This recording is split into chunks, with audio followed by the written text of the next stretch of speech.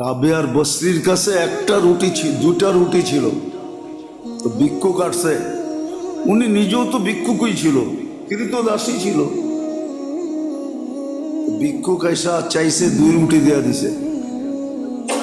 একটু পরে একজনে রুটি নিয়ে আসছে হাদিয়া, তো গয়না দেখে 18টা। কয়টা?